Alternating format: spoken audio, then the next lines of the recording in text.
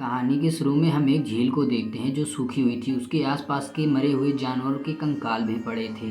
वहीं पे एक सूखा पेड़ था जो देखने में काफ़ी डरावना था। इसके बाद हम एक फैमिली को देखते हैं जो इस झील के थोड़ी दूर पर नए घर में शिफ्ट हुए थे। जैस अपने दो बच्चों के साथ इस नए घर में आई थी। उसके फैमिली में उसकी बेटी और एक छोटा बेटा रॉबिन था। उनके साथ एक डॉग भी था जो हमेशा उनके साथ ही रहा करता था। डॉग और रॉबिन की बहुत अच्छी दोस्ती थी। यहाँ पर हमें जैस के बारे में कुछ बातों का भी पता चलता है। जैस पहले नशा करती थी और अपने फैमिली पर ध्यान नहीं देती थी, इसलिए उसके दोनों बच्चे डैड के ज्यादा करीब थे। जैस अपने बच्चों से अलग हो चुकी थी, मगर अब जैस अपने बच्चों का ध्यान खुद देती थी। जैस अब बिल्कुल ठीक थी। बाहर जैस का बेटा अपने डॉग के साथ खेल रहा होता है, तभी उसे शरारत सूझती है। वो छत पर चढ़कर छलांग लगा देता है, जिससे जैस काफी डर जाती है। वो अपने बेटे रॉबिन को मना करती है क्योंकि वो नहीं चाहती थी कि किसी भी लापरवाही की वजह से उसके बच्चे उससे अलग हो जाएं। तब रॉबिन जैस से माफी मांगता है। अब जब ये अंदर जा रहे थे तो हम एक डॉग को देखते हैं जो खड़ा जंगल की तरफ देख रहा था। ना जाने क्यों देख रहा था और जोर जोर से भौंकता है, पर इस बात पर कोई ध्यान नहीं देता है। उसी दिन रात में जब ये सो रहे थे तब भी डॉग बैठा लगातार जंगल की तरफ देख रहा था, जो काफी अजीब बात थी। पर तब भी जैस उस पर ध्यान नहीं देती है और सोने चली जाती है। अगले दिन जैस अपने बच्चों को अपने हस्बैंड के घर छोड़ती है। तब उसका हस्बैंड लेटर देता है जिसको जैस नहीं खोलती है। अपने जॉब पर चली जाती है। जैस एक हॉस्पिटल में नर्स थी। वो जाकर अपने दोस्त से मिलती है, फिर एक मरीज से जिसका दुनिया में कोई नहीं था और वो औरत जिंदा नहीं रहना चाहती थी। पर जैस उसको समझाती है, देखो दुनिया बहुत बड़ी है। जिसके बाद हम जैस को बच्चों को देखते हैं जो मछली पकड़ने उसी झील के पास जाते हैं जो हमने कहानी के शुरू में देखा था। पर जब दोनों वहाँ झील की ऐसी हालत देखते हैं तो परेशान हो जाते हैं क्योंकि झील सूखा था और डरावना लग रहा था। पर तभी उसका डॉग भागने लगता है और भागते भागते कीचड़ में फंस जाता है। रॉबिन और उसकी बहन उसकी हेल्प करते हैं। जब ये दोनों ऐसी हालत में घर जाते हैं, जैस बहुत नाराज होती है, उन दोनों को डांटती है और ये रात को खाना खाते हैं। अगली सुबह ये देखते हैं रॉबिन का डॉग जंगल की तरफ देखकर भौंक रहा था। इस बार तो भागकर वो जंगल की तरफ चला जाता है। रॉबिन भी उसके पीछे भागता है, पर जंगल में लगे तार की वजह से वो रुक जाता है और वापस अपने घर आ जाता है और बैठकर अपने डॉग का इंतजार करने लगता है। वो अपने मॉम से कहता है, मॉम आप जाओ ढूंढ कर ले आओ। जैस कहती है, बेटा इंतजार करो, वो खुद ही वापस आ जाएगा। अगली सुबह जब जैस अपनी जॉब से वापस आती है तो उसे पता चलता है कि रॉबिन घर पे नहीं है और वो अपने डॉग को ढूंढने निकल गया था।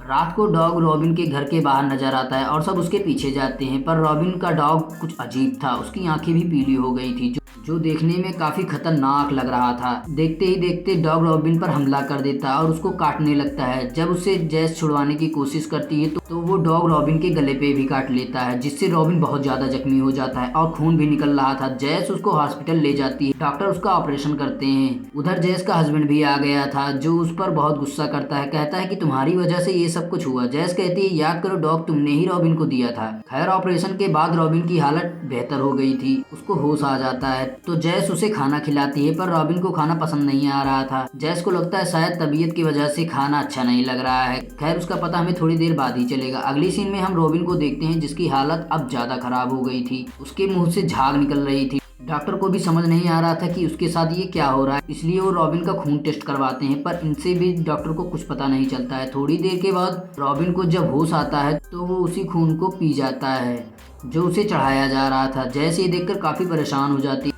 इस बारे में वो किसी से कुछ नहीं बताती। अब रॉबिन को खून ना मिलने की वजह से उसकी हालत और भी ज्यादा खराब हो रही थी, इसलिए जैस उसको लगातार खून पिलाती है। ये खून वो हॉस्पिटल के ब्लड बैंक से चुराया करती थी। जब रॉबिन घर आता है तो जैस हॉस्पिटल से बहुत सारे खून के पैकेट चुरा कर ले आई थी। वो अपने बेटी से छुपा कर रॉबिन को पिलाती थी। एक दिन रॉबिन की जरूरत हद से ज्यादा बढ़ जाती है। वो सारे के सारे पैकेट एक साथ ही पी जाता है। जैस जब ये देखती है तो काफी परेशान हो जाती है। आखिर उसके बेटे को हुआ क्या है। अब उसे हर जगह से खून मिलना बंद हो गया था, इसलिए वो अपने बेटे को जानवर का खून पिलाती है। पर जानवर का खून पीते ही रॉबिन की हालत बहुत खराब हो जाती है। जैस के पास और कोई रास्ता नहीं था। वो रॉबिन को अपना ही खून निकाल के पिलाने लगती है। वक्त के साथ साथ रॉबिन की खून पीने की चाहत अब बढ़ती जा रही थी, जिससे जैस बहुत परेशान थी। इसी वजह से रॉबिन को स्कूल भेजना बंद कर देती है। एक दिन जैस रिसर्च करती है कि आखिर उसके बेटे को कौन सा इन्फेक्शन हुआ है, कि वो सिर्फ इंसानों का ही खून पीना चाहता है, पर जैस को इसका जवाब नहीं मिलता है। अपना खून पिला पिला कर उसकी हालत भी खराब हो गई थी। जैस को अब किसी और इंसान की जरूरत थी जिसका खून अपने बेटे को पिला सके। अगली सुबह उसका हस्बैंड बच्चों को लेने आता है। जैस इस बात से बहुत परेशान थी। वो एक बोतल में अपने बेटे को खून देती है और कहती है, बेटा अपना ख्याल रखना, किसी को भी इस बारे में मत बताना।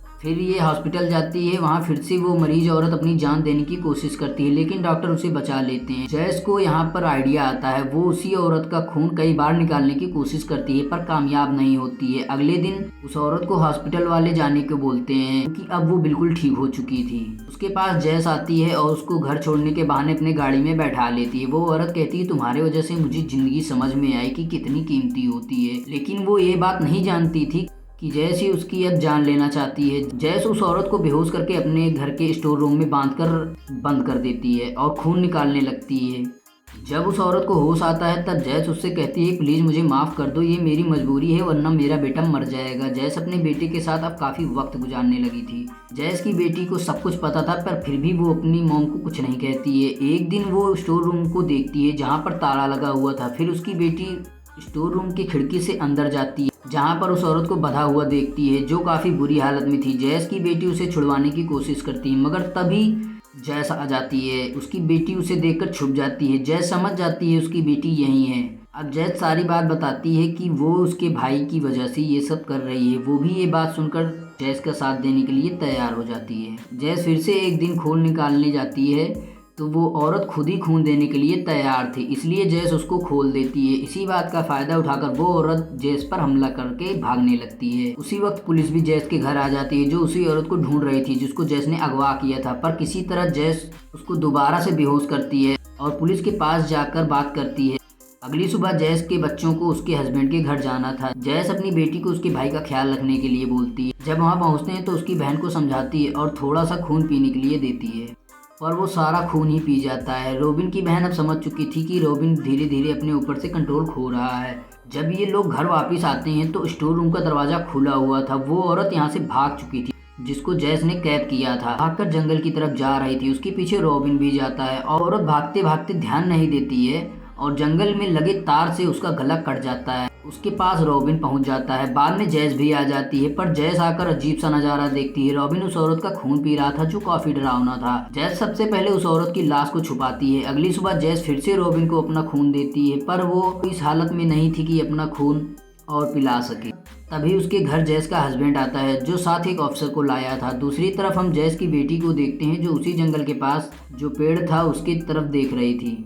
वो अब इस पेड़ के पास जाती है तो उसे अजीब लगता है। वो वापिस आकर जैस को बताने की कोशिश करती है पर उसके डैड उसे बात करने से मना कर देते हैं और गवर्नमेंट ऑफिसर के साथ दोनों बच्चों को अपने साथ ले जाते हैं। यहाँ जैस के हस्बैंड के घर पे रोबिन अपने डैड के दूसरे वाइफ की बेटी का खून पीने की कोशिश करता है, पर तभी उसकी बहन आकर उसे रोकती है, जिसके बाद वो उसे उसी जंगल में ले जाती है। वो कहती है कि मैं उस पेड़ को जलाने वाली हूँ, पर ये बात सुनते ही रोबिन उस पर हमला कर देता है। उसके चेहरे पर नसें नजर आने लगती हैं। रोबिन का ये रूप देखकर उसकी बहन डर जाती है और भागने लगती है। दूसरी तरफ इन्हें डैड उसे ढूंढते हुए जैस के पास जाते हैं। उन्हें लग रहा था शायद उनके बच्चे जैस के पास हों, जबकि वो वहाँ पर नहीं थे। जैस भी अपने बच्चों के बारे में काफी सुनकर डर जाती है। तभी उसे याद आता है कि उसकी बेटी ने सूखे पेड़ के बारे में बताया था। ये फौरन वहाँ जाकर देखते हैं कि रोबिन अपने कंट्रोल में नहीं था। वो अपने ही बहन के खून पीने की कोशिश कर रहा था। जैस आकर रोबिन से अपनी बहन को बचाती है। उसकी बहन कहती है ये मेरा रोबिन नहीं है। जैस उसको वहीं उसी मिट्टी में दबाकर मार देती है, लेकिन ये काफी दुख की बात थी। जिस बेटे के लिए जैस ने इतना सब कुछ किया